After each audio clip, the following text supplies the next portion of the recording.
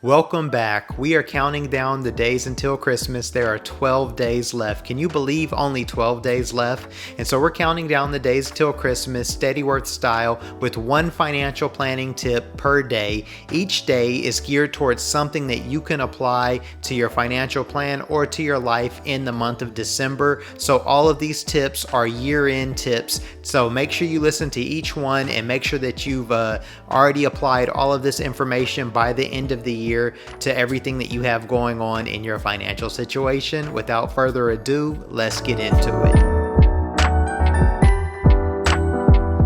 Hey, if we're just meeting for the first time, my name is Gabriel Walters and I'm a certified financial planner. I'm also the founder and owner of Steadyworth, and I answer financial planning questions for free every week. So if you have a financial planning question, feel free to use the link below and send it to me. So we're going to start with tip number 12 and count our way down to 1. The countdown starts now. Let's go. Tip number 12, day number 12, is to write it down. Even Santa makes a list and checks it twice. So anything that's been going on in your mind, anything that you have in your head in regards to stuff you need to get done, financial goals you have, all your budgeting, what you're spending in different areas, make sure you take those thoughts from your mind and commit them to paper. So go ahead and get everything that you're thinking and write it down. Tip number 11, day number 11, is no debt December. So many people go into debt during the holidays, buying Christmas gifts, spending extra money on meals, buying outfits to go to holiday parties. Make this no debt December. Even if you've already gone into some debt, right now you still have time to recalibrate. Don't go into any more additional debt. So this is a challenge to you. Make it no debt December. Don't spend any extra money that you don't have this month. And remember, any money that you do spend that you don't have, when you go into debt, you're basically borrowing from your future earnings. So money that you're going to make next month, you don't want to do that. So let's just not do that. Day number 10, tip number 10, is to set a spending cap on non-essentials. And so non-essentials are extra. It's things that you don't absolutely need. And it's so easy to overspend on these things, especially when you're having fun. So set a spending cap, set a number that you're going to spend on these things, either for the week or for the month. And then once you get to that number, don't go over it. And it's good to even monitor that number daily, sometimes even weekly, so that you know how much money you're spending. So you know, hey, I only have this much left, or I've already spent this much, and that you don't go over it, because this allows you to live and have fun within your means. Tip number 9, day number 9, is to make the most of your insurance. So if you've had any out-of-pocket medical expenses and you've paid towards your out-of-pocket this year, and you're planning on having another procedure right now in these next few days right before the new year, is a great time to have another procedure done. I know it doesn't sound fun packing this in, but if you've already spent money towards your out-of-pocket and you have another portion that you're going to spend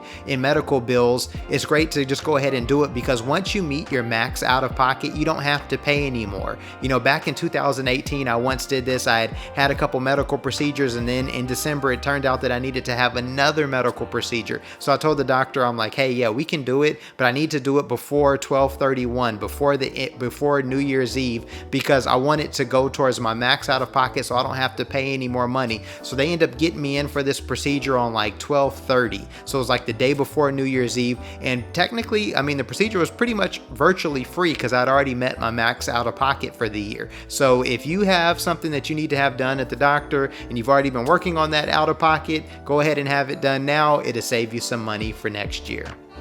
Day number 8, tip number 8, is to give your 401k a bonus. And so when you are making employee deferred elections from your paycheck into your 401k, you have until the end of the year to make all of the elections you want to make. And so for this year of 2022, you can contribute $20,500 from your paycheck into your 401k. And keep in mind, all of the money that you contribute from your paycheck into your 401k brings down your taxes for that year. So if you make $100,000 and you put $10,000 into your 401k pre-tax, that means you're going to be taxed on $90,000. But it's also a good time, just as you're giving other people gifts, give yourself a gift. Give your future self a gift, which is your 401k, your retirement plan. Go ahead and give it a bonus. You know, put a couple extra $100 in there if you can. Give yourself a bonus. Day number 7, tip number 7 is the thought of giving.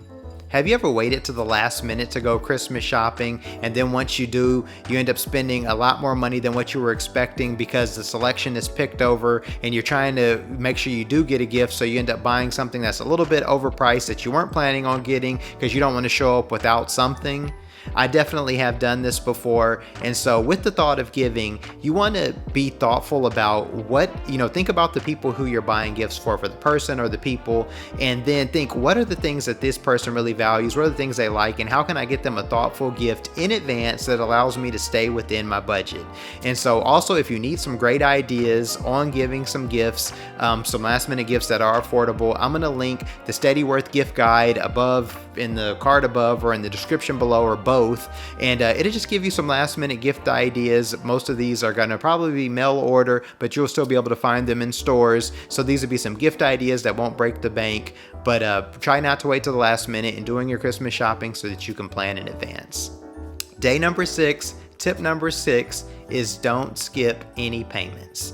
And so every year I get a letter in the mail from the lender that we have our auto loan with, and it says, hey, would you like to take off the months of December and January so you don't have to pay your car payment, and you can have this time off. And so what they're doing is they're elongating your auto loan. I made a video about this that I'm also going to link up here in the card above and in the description below. You don't want to do this. You might think you're receiving a gift by not having to pay this bill for 2 months, but really you're going to be giving them a gift in the end, which is giving them more money because they're going to be tacking on interest to your overall loan, and they're going to be elongating your car loan. So I have a detail and I have a video that goes over this in more detail, but you don't want to do this, so don't skip any payments. We are almost there. There are 5 days left. Today is day number 5. So if you're getting some value out of this video, would you mind go ahead and hitting that like button, hit the bell as well so that you can be notified when Steadyworth drops new videos, and subscribe if you haven't already. I want to be spending my 2023 with you. I appreciate you for tuning in. Tip number 5 is to give the gift that keeps on giving. Giving a gift to charity could be tax deductible to you. So you give a gift and you actually get a gift, but it's only tax deductible if you do itemized when you file your taxes. In this video, I'm not going to go in the full scope of taxes, but you can either do itemized or you can take the standard deduction. If you do a standard deduction, you won't get an extra tax deduction for giving a gift to charity right now. But if you're doing itemized and you want to get an extra tax deduction, you can get an extra tax deduction if you do itemized on your tax return. If you have any questions about the difference between itemized and standard deductions, feel free to book a call with me once again in the link below, and I can walk you through all of it and let you know what you've been doing in the past if you don't know already. Day number 4, tip number 4 is to lead by example. So you're just 4 days away from having holiday dinners, from having a Christmas dinner, from seeing different family members. And one important financial planning tip is generational wealth. And so this is a great time to lead by example and to start that money conversation with the next generation, with your kids, with those nieces and nephews, those brothers and sisters that are going to be gathered around the table or that you're exchanging gifts with. Another thing to do is that if you're looking for a good gift to give someone, maybe even give them a gift that's financial education related, such as a book, a course, a coaching session with someone. The goal here is to get the money conversation started in their life much earlier. So lead by example and get that money conversation started. Day number 3, tip number 3 is take some time to reflect. It's been a long year. It's been a good year. Go ahead, take some time to reflect. What went the way you wanted it to go? What would you like to see differently? What are some of your goals for the next year? Of course, make sure you write all these things down. Take some time to reflect. What are you thankful for? Take some time to think about this year as we close this one out and plan for the next year. 2 days until Christmas. Tip number 2 is to set a reminder to cancel any subscriptions that you've signed up for during the holiday season that you're not going to need in the new year. So sometimes when we have family over, we may sign up for a free subscription or try a different app that has another subscription so that we can get a few things for free and watch a show. But if you know that you do not want to be billed for that and you do not want to continue on with that app or with that subscription, set a calendar get your phone out right now and set a calendar reminder for the day that subscription is going to renew, or that you're going to be charged for it, and put down that you need to cancel it, so then you don't have to get charged for it and have money come in or be spending money that you weren't already planning on spending. So cancel any set a reminder to cancel any reoccurring subscriptions that you don't need. We are finally here. Day number 1, tip number 1 is to enjoy your day. The whole point of building a financial plan and doing all of these tips that we've talked about is so that you can enjoy your life. So make the most of it. Live in the moment. If you have somebody you haven't talked to or that you miss, call them, hug them, kiss them, tell them you love them.